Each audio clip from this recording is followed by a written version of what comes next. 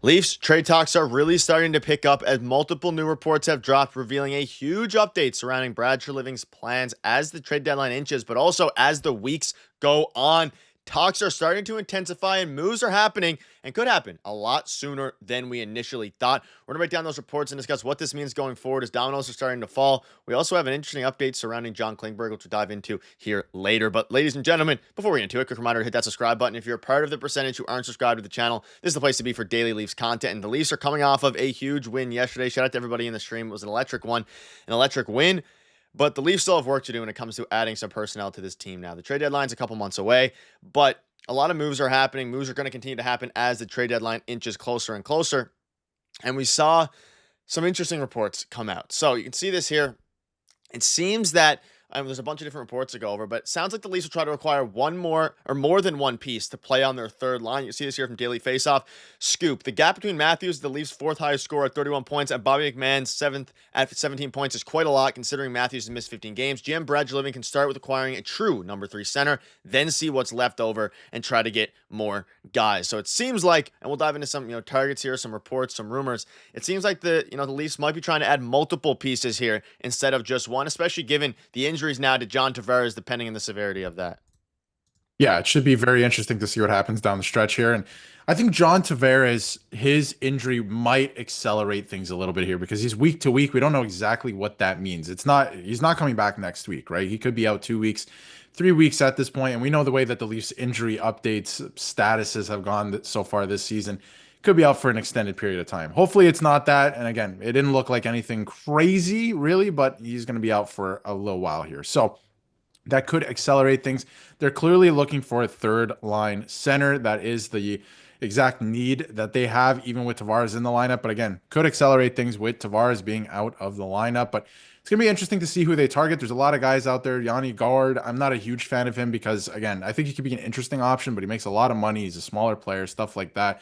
Brandon Tanev, maybe, but I think, again, you could pick up a couple third liners, sure, if you want to go that route, but you have to get a third line center. Yeah, third line center is what their priority is, according to multiple reports, whether that be Elliot Freeman, Darren Dreger, all these different guys. You can see this here. If the Islanders are willing to retain 50% of Pajot's contract, I'd be all over that, and it sounds like the Leafs would as well. $2.5 million for 2 playoff runs and an actual center, and all costs is a second-round pick. And I want to dive into this. We're going to dive into a couple of other players later. This is the new report that dropped from Nick Kypreos. I think the number one target out there from what I'm hearing for the Leafs is Brock Nelson, which is an interesting one. And when you look at Brock Nelson, he's a free agent after this season. His cap hit is $6 million. You would assume, some stuff would be retained there. Darius, this is the latest report, and it seems to be that Brock Nelson is at the top of the Leafs board, and we'll dive into some other rumors and some of the other players as well. But Brock Nelson is a very interesting top target for the Toronto Maple Leafs when it comes to players that they're interested in. And we've heard about Brock Nelson, but this is the first time that, at least as of late, that a report has dropped revealing him to be the Leafs' number one target. And we'll get to it later in the video. It looks like the Leafs are really scouting the Islanders right now. There could be a couple pieces that they could be interested in right now because the Islanders look like they're not going to make the playoffs. But Brock Nelson is a very interesting piece. Obviously, I'd rather him over Pajot, even though Pajot has term. You would have to retain on Pajot. It could work, but again, smaller player. Brock Nelson, a little bit older. He's been there. He's done that with the Islanders. He's gone to conference finals. He is, again, a little bit older. He has an expiring contract. That's not great. He does make a lot of money. Even if you retain 50%, it's still $3 million you have to make way for, which they can do it if they want to make it work. Absolutely. You can get that. You can get another team involved if you want. But he's 6'4". He's a big body. He can do exactly what Brad Treliving wants. He can play offensively. He can, chip in for goals. He's good defensively, or at least decent defensively. Good two-way guy. And another guy that I think, as we've been talking about, can take some of the matchup games away from Tavares and Matthews. So I think it's a very interesting option. Again, I think they would prefer term, so they might be looking at a bunch of different options right now. But in terms of the front runner, it does make sense to me. It's just you're going to have to work your way around the salary cap a little bit.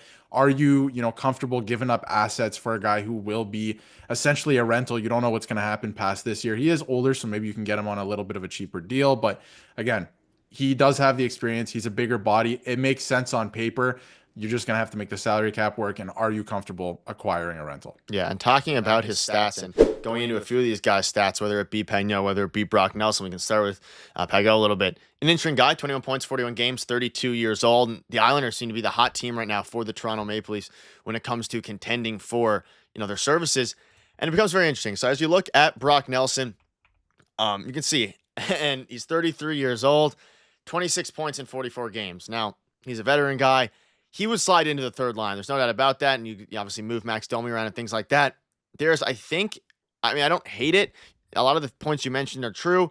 Some fans may prefer Pago. I'd probably lean on the side of Brock Nelson. You have Scott Mayfield, who we'll dive into as well. Like, a lot of guys here on the Islanders are targets for the Leafs, but not only targets.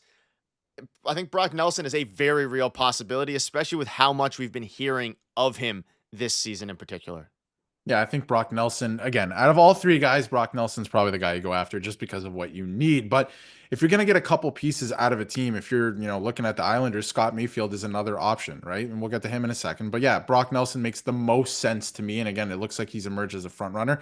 It makes sense because Treliving wants a heavy team, a big team. Berube wants a big team, right? So he would bring that to the lineup. And I think he could be a difference maker in the playoffs. But again, I don't know if I'm personally comfortable with a rental. But again, it could be an option. We've talked about Seattle. You could get two players out of there. Now we're talking about the Islanders. You can get two players out of the Islanders. There's some rumblings about Scott Mayfield as well, right? Who's a right shot defenseman. We've been talking maybe the Leafs could add another right shot defenseman. This is from Mark Freitas. And he said basically, it could be an interesting fit. He doesn't make that much in terms of salary cap. You don't have to really worry about that. You can make a really, really big splash here with the Islanders and add a couple guys there. Although I will mention the salary is not too bad with Scott Mayfield. He is 32 and he's in year 2 of a 7-year deal. So you're going to be adding old to your already old blue line with a lot of term as they've been doing. But again, he could be an interesting option.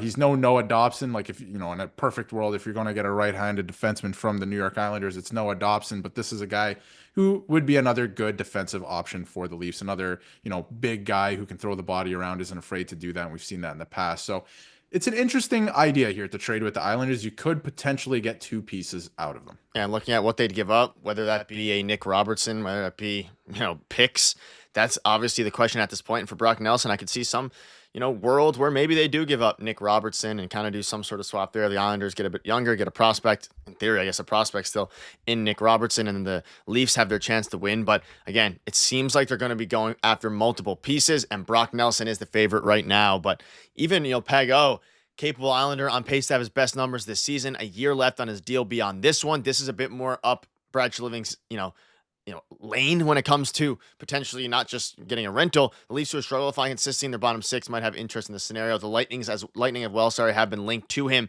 getting a proven 3C for $2.5 million. That's the biggest kind of benefit to getting Pago is the fact that his cap hit is smaller than Brock Nelson's, who's 6. Even with retained salary, the 2.5 would be smaller than the 6. Let me know down below. Let us know down below what your thoughts are on this. The Leafs hopefully continue their role tomorrow against the Montreal Canadiens, which would be a big game. But let us know, who out of these three would you prefer? And are you a bit surprised that Brock Nelson is the Leafs' current target? Let us know down below.